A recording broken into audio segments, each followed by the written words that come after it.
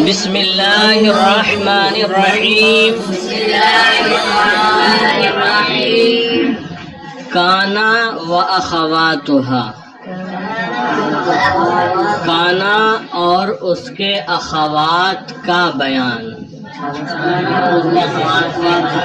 کانا فعل ناقص ہے اور اس کے ساتھ اور کچھ افعال ناقصہ ہیں، جیسے کانا، سارا، ظلا، باتا، اصبحا، امسا، اضحا، عادا، غدا، مراحا، مازالا، منفکہ وغیرہ وغیرہ 17 ہیں، آپ نے باضابطہ نحمیر کے اندر پڑھے ہیں۔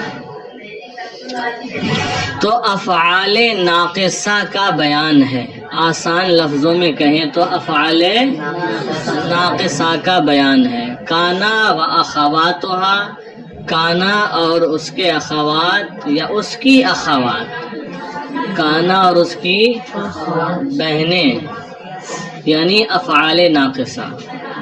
افعال ناقصہ کا عمل کیا ہوتا ہے کہ یہ مبتدا اور خبر پر داخل ہوتے ہیں۔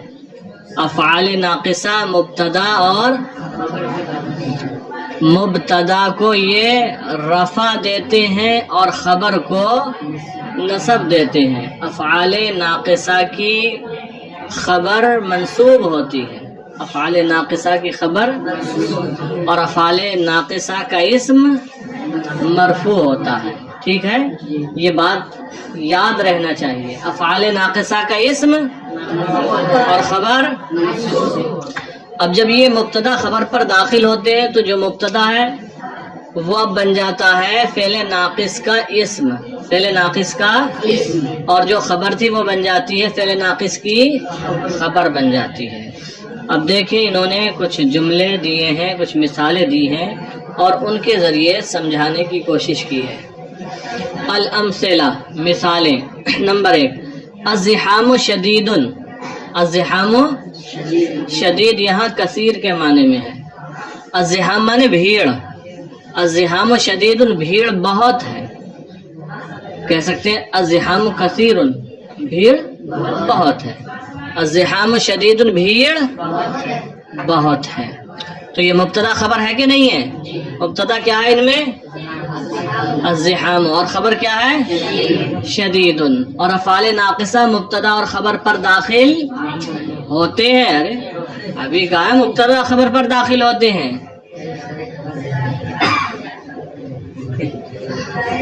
افعال ناقصہ مبتدا اور خبر پر داخل ہوتے ہیں۔ اب اسی الزحام و شدید پر جب فعل ناقص مثلا کانا داخل کیا تو اب یہ کیا بن جائے گا؟ تو جو مبتدا ہے وہ تو مرفوع ہے کیونکہ یہ کانا کا اسم ہو گیا، اور جو خبر ہے وہ کیا ہو جائے گی؟ منصوب۔ تو داخل کرنے کے بعد دیکھیں کیا پوزیشن بنی، ادھر والی لائن پڑھ لیں، 1 نمبر۔ کان الزحام شدیدا، کان الزحام، اب اس کا ترجمہ ہوگا بھیڑ بہت تھی، بھیڑ، اور الزحام شدید کا ترجمہ صاف کر کے بولو، اور کان الزحام شدیدا تھی۔ پھر البیت نظیف، گھر ستھرا ہے، گھر صاف ہے، گھر ستھرا ہے۔ ٹھیک ہے، یہ مبتدا خبر ہے۔ اب اس پر بھی کانا داخل کریں گے تو ہو جائے کان البیت نظیفا، گھر ستھرا تھا، گھر صاف تھا۔ ترجمہ سمجھ میں آ گیا؟ تو یہاں پر چونکہ افعال ناقصہ تو 17 ہیں، تو ان 2 جملوں پر، مبتدا اور خبر والے 2 جملوں پر فعل ناقص کانا کو داخل کیا۔ کس کو داخل کیا؟ کانا کو داخل کیا۔ آگے دیکھیں مثال نمبر 3، الثوب قصیر، الثوب قصیر، کپڑا چھوٹا ہے، کپڑا چھوٹا ہے۔ اب اسی پر سارا فعل ناقص داخل کر رہے ہیں، تب ہو جائے گا سارا ثوب قصیرن، چونکہ فعل ناقص کی خبر کیا ہوتی ہے؟ منصوب ہوتی ہے۔ کیا ہوتی ہے؟ منصوب۔ سارا ثوب قصیرن، کپڑا چھوٹا ہو گیا، کپڑا چھوٹا ہو گیا. تو سارا نے ہو گیا کا معنی دیا, کانا نے تھا کا آپ کو فائدہ دیا. سارا صوب قصیرن ترجمہ البرد قارسن سردی بہت ہے. البرد قارسن سردی بہت ہے. قارس کا معنی ہوتا ہے بہت, کشمیر والی لداخ والی. البرد قارسن سردی بہت ہے. اب اسی پر سارا داخل کریں گے تو کیا بن جائے گا؟ سارا البرد قارسن. کیا ترجمہ ہوگا؟ سردی بہت ہو گئی, سردی بہت سخت ہو گئی وغیرہ. ٹھیک ہے, سردی بہت ہو گئی. آگے دیکھیں اب مثال نمبر 5. الخادم قوی, قوی معنی مضبوط طاقتور. الخادم, خادم کا ترجمہ چاہے خادم کریں یا نوکر کریں. الخادم قوی, خادم طاقتور ہے, نوکر طاقتور ہے. یہ مبتدا ہے, خبر ہے. یہ پہلی لائن پوری مبتدا خبر کی چل رہی ہے, اور اس طرف والی جو لائن ہے ان پر داخل کیے جا رہے ہیں افعال ناقصہ ایک ایک کر کے. تو الخادم قوی, نوکر طاقتور ہے. لیس الخادم قویا, اس کا ترجمہ کیا ہوگا لیسا داخل کر کے؟ خادم طاقتور نہیں ہے, نوکر طاقتور نہیں. بات صحیح ہے. پھر العامل نشیط, عامل کام کرنے والا, مزدور. العامل نشیط, نشیط مانے چست, نشیط مانے اور کسلان مانے سست, اور نشیط مانے چست. العامل نشیط, مزدور چست ہے, مزدور چست ہے. تو اسی پر لیسا داخل کر دیں گے تو کیا بن جائے گا جملہ؟ لیس العامل نشیطن. کیا ترجمہ ہوگا؟ مزدور چست نہیں ہے. ٹھیک ہے. پھر ہے مثال نمبر 7. النہم مریض, النہم نہم ینہم, سمع یسمع. اس کا معنی آتا ہے حریص ہونا, حریص الطعام, پیٹو زیادہ کھانے والا. النہم مریض, کہہ سکتے ہیں زیادہ کھانے والا بیمار ہے یا پیٹو بیمار ہے. پیٹو سمجھ لیں گے, پیٹو بیمار ہے. اب اس پر اصبح داخل کر رہے ہیں. اصبح بھی فعل ناقص ہے, بتائیں نا ہم نے بدل کر افعال ناقصہ لا رہے ہیں. تو اصبح داخل کریں گے, کیا بنے گا جملہ؟ اصبح النہم مریضا. اب یہ جو اصبح ہوتا ہے یہ صبح کا معنی دیتا ہے, تو یہاں پر ترجمے میں ہم صبح ذکر کریں گے. اصبح النہم مریضا, پیٹو صبح کے وقت بیمار ہو گیا. پیٹو صبح کے وقت زیادہ کھایا ہوگا رات کے 12-1 بجے, تو صبح تک بیمار ہو گیا. اصبح النہم مریضا, صبح کے وقت پیٹو صبح کے وقت بیمار ہو گیا. پھر ہے 8 نمبر. الجو ممطر, الجو مانے فضا, موسم. بنتا نا کبھی دھند آ جاتی ہے, کبھی بہت بادل آ جاتے ہیں, اور کبھی کھلا ہوا سورج ہوتا ہے, دھوپ ہی دھوپ ہوتی ہے, سائیکلون ہوتا ہے کبھی. الجو ممطر, الجو مانے فضا, ممطر برسنے والی. الجو ممطر, فضا برسنے والی ہے. فضا بارش کا جب موسم ہو تو کہ ہر طرف فضا برسنے والی ہے, بارش ہی بارش ہو رہی ہے. الجو ممطر, فضا برسنے والی ہے. پھر اس پر اصبح داخل کر دیں, کیا بن جائے گا؟ اصبح الجو ممطرا, فضا صبح کے وقت برسنے والی ہو گئی. موسم بن رہا تھا رات سے, بنتے بنتے صبح کے وقت میں آ کر فضا صبح کے وقت برسنے والی ہو گئی, بارش شروع ہو گئی. اصبح الجو ممطرا, فضا صبح کے وقت برسنے والی ہو گئی. پھر مثال نمبر 9 ہے. العامل متعب,